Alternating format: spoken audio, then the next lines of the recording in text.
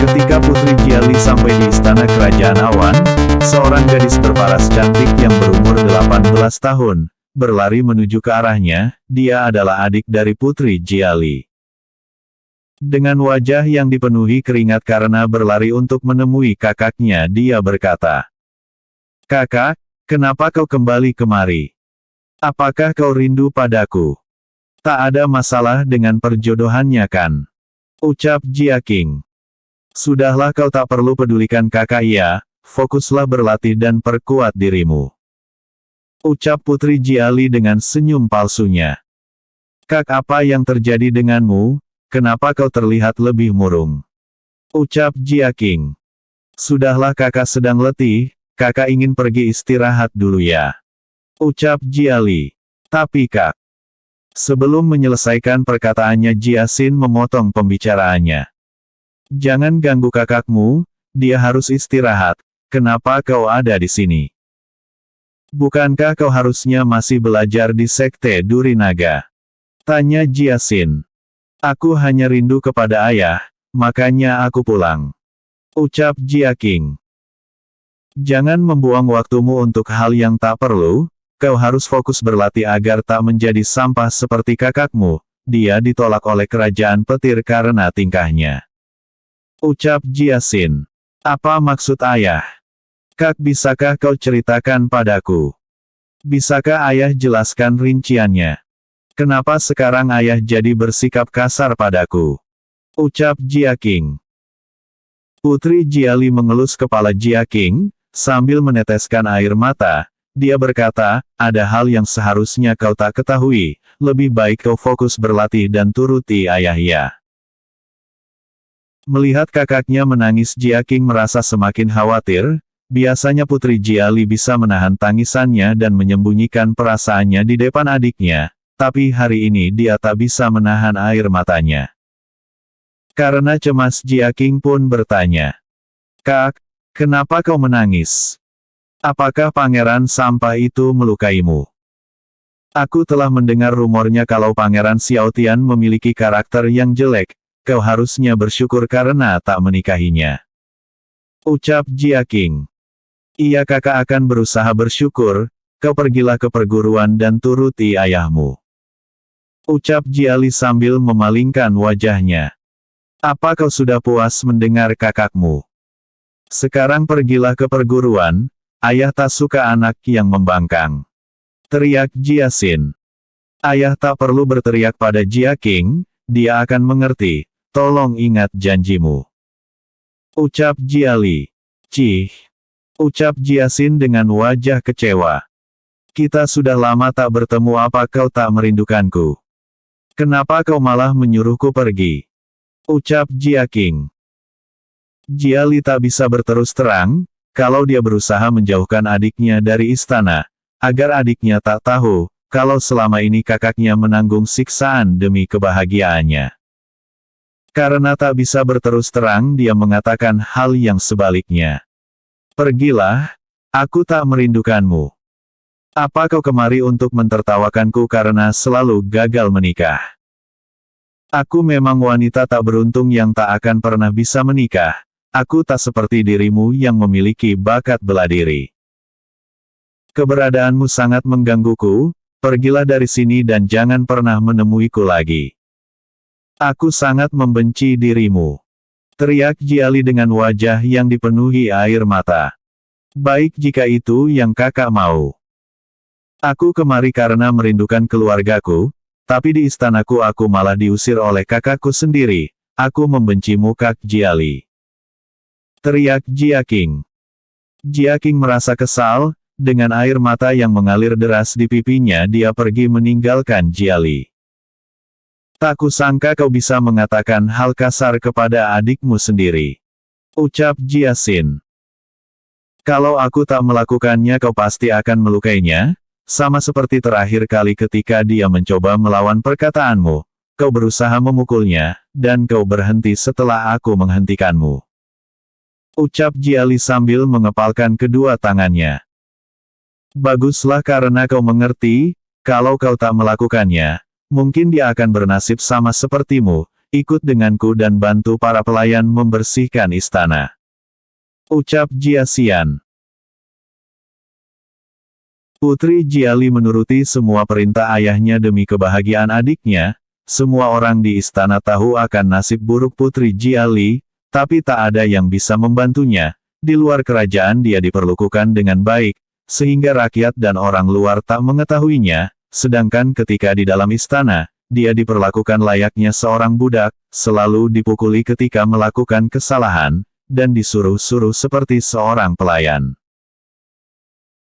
Satu-satunya pelayan yang menolongnya mengerjakan tugas berat adalah Bibi Fen. Meski sudah berumur dia membantu Jiali melakukan pekerjaan berat, dia merupakan pelayan pribadi ibunya ketika Jiali masih anak-anak. Dia menganggap Jiali seperti cucunya sendiri. Jiali juga begitu menyayanginya, karena di istana yang sebesar itu tak ada satupun yang peduli kepadanya kecuali Bibi Fen. Melihat Putri Jiali kembali ke istana, tentu saja Bibi Fen merasa sedih. Dia membantu Putri Jiali membersihkan istana. Putri Jiali, kenapa kau kembali? Kenapa ada banyak air mata di wajahmu? Apakah kau ditolak lagi? Tapi kau sudah tinggal di sana begitu lama, apakah pangeran itu melakukan hal buruk padamu? Ucap Bibi Fen. Melihat Bibi Fen bertanya dan begitu mengkhawatirkannya, dia langsung memeluknya dan menceritakan semuanya. Aku tak ditolak, tapi ayah yang memaksaku pulang karena tahu bahwa pangeran bukanlah seorang sampah. Aku menyukai pangeran itu, tapi ayah tak memperdulikannya. Dia berterus terang berkata padaku bahwa dia ingin melihatku menderita. Bibi katakan padaku, kenapa ayah berubah begitu banyak setelah kematian ibuku? Kenapa ayah begitu membenciku dan adikku Jia Qing? Kalau aku tak menurutinya, Jia Qing pasti akan mengalami hal yang sama seperti yang kualami. Bibi katakanlah padaku, apakah kau mengetahui sesuatu? Tanya Jiali dengan air mata yang begitu deras. Itu karena kau dan adikmu sebenarnya bukanlah anak dari ayahmu. Ucap Bibi Fen. Apa maksudmu? Ucap Jiali. Sambil memeluk Putri Jiali, Bibi Fen menceritakan kebenaran dari perubahan sifat ayahnya. Sebenarnya ayahmu adalah adik dari Raja Jia Xin. Ucap Bibi Fen. Maksudmu Paman Jia Qin? Ucap Jiali dengan wajah yang bingung. Dia masih belum mempercayai apa yang baru saja dia dengar. Iya, dialah ayahmu yang sebenarnya. Ayahmu tak pernah menyentuh ibumu tetapi ibumu bisa hamil dan melahirkanmu. Dia begitu marah setelah mendengar kehamilan ibumu, tapi dia berusaha menerimamu, sehingga dia menyayangimu waktu kecil. Ucap Bibi Fen. Lalu kenapa sikap ayah berubah setelah aku dewasa? Ucap Jiali. Ketika ibumu hamil lagi ayahmu semakin marah, dia bertanya kepada ibumu tapi tak mendapat jawaban, dia tak tahu siapa ayah dari bayi yang dikandung ibumu. Dia pun berusaha bersabar dan tetap menyayangimu dan adikmu. Tapi 3 tahun yang lalu, kelakuan Paman Fan ibumu telah diketahui ayahmu. Di saat ayahmu ke kamar ibumu, dia melihat kalau ibumu sedang melakukan hubungan suami istri di kamarnya. Melihat hal itu dia tak tahan lagi dan membunuh pamanmu, dan setelah itu ibumu mati karena diracuni ayahmu. Ucap Bibi Fen. Jadi itu adalah kenyataannya, ibulah yang salah, ayah berusaha memahaminya tetapi ibu mengkhianatinya 3 kali, jadi aku bukanlah anaknya, kenapa aku harus bernasib seperti ini, kenapa kau tak menceritakannya padaku sejak dulu? Ucap Jiali dengan wajah yang terpukul. Aku takut kau tak bisa menerima kenyataannya. Maafkan aku karena merahasiakan ini darimu. Ucap Bibi Fen. Wah, berani sekali kau menceritakan kisah itu padanya, bagus-bagus. Ucap Jia Xin sambil bertepuk tangan secara pelan. Iya, Yang Mulia. Bibi Fen merasa sangat takut, karena tertangkap basah. Ayah aku yang memaksanya, tolong jangan lukai dia. Ucap Jiali. Prajurit bawa pelayan tak tahu diri ini, bawa dia ke penjara, siksa dia sampai mati. Teriak Jiasin. Baik Yang Mulia, ucap para prajurit. Ayah tolong jangan lakukan ini, aku akan lakukan apapun, jangan sakiti dia. Ucap Jiali sambil memegang kaki ayahnya. Tak ada ampun baginya, aku tak perlu menuruti semua permintaanmu, aku sudah berbuat baik pada adikmu agar kau menuruti perintahku, aku tak perlu sumpahmu hari ini. Ucap Jiasin.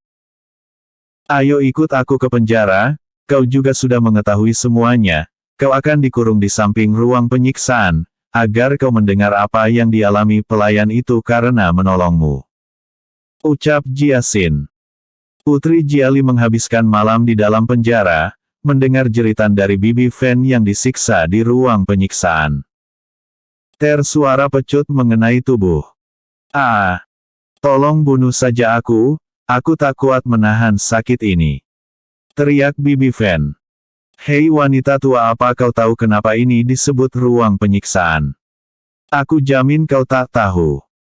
Karena akulah yang akan menyiksamu. Apakah kau tahu rasa dari kulit yang terbakar? Ucap penjaga ruang penyiksaan. Penjaga itu memanaskan sebuah logam ke dalam bara api, dan menempelkannya ke tubuh wanita malang itu. Suara kulit yang melepuh karena panasnya logam itu. Jiali tak bisa tidur semalaman, karena mendengarkan jeritan orang yang dia sayangi. Dia tak berdaya dan tak bisa menolongnya, hanya bisa menutup telinganya dan menangis semalaman. Maafkan aku Bibi, maafkan aku, kalau saja aku tak bertanya, tolong maafkan aku. Jiali menangis tanpa henti. Kreak pintu ruangan Jiali terbuka dan Jiasin masuk ke dalamnya. Putriku, apa kau tahu? Aku punya berita bagus, kau bisa keluar dari sini hanya dengan menikahi pangeran kerajaan es, dia bilang dia menginginkanmu loh. Dia sudah membayar dirimu dengan banyak harta. Ucap Jiasin. Pangeran kerajaan es terkenal dengan kesadisannya, dia selalu berganti istri setiap bulan, kalau dia sudah bosan dengan istrinya dia akan membuang istrinya ke rumah bordir, atau dijadikan budak para prajuritnya, yang pasti tak ada yang berakhir bahagia setiap menikah dengannya.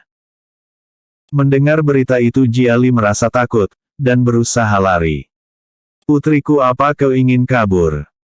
Kalau kau menolaknya, mungkin Jia King bisa menggantikanmu. Ucap Jiasin dengan tampang mengancam. Mendengar ancaman ayahnya, Putri Jiali pasrah akan nasibnya dan rela dinikahkan dengan pangeran kerajaan es. Tagar kerajaan petir. Xiao Tian memaksa pergi menuju kerajaan awan, karena mengkhawatirkan Putri Jiali.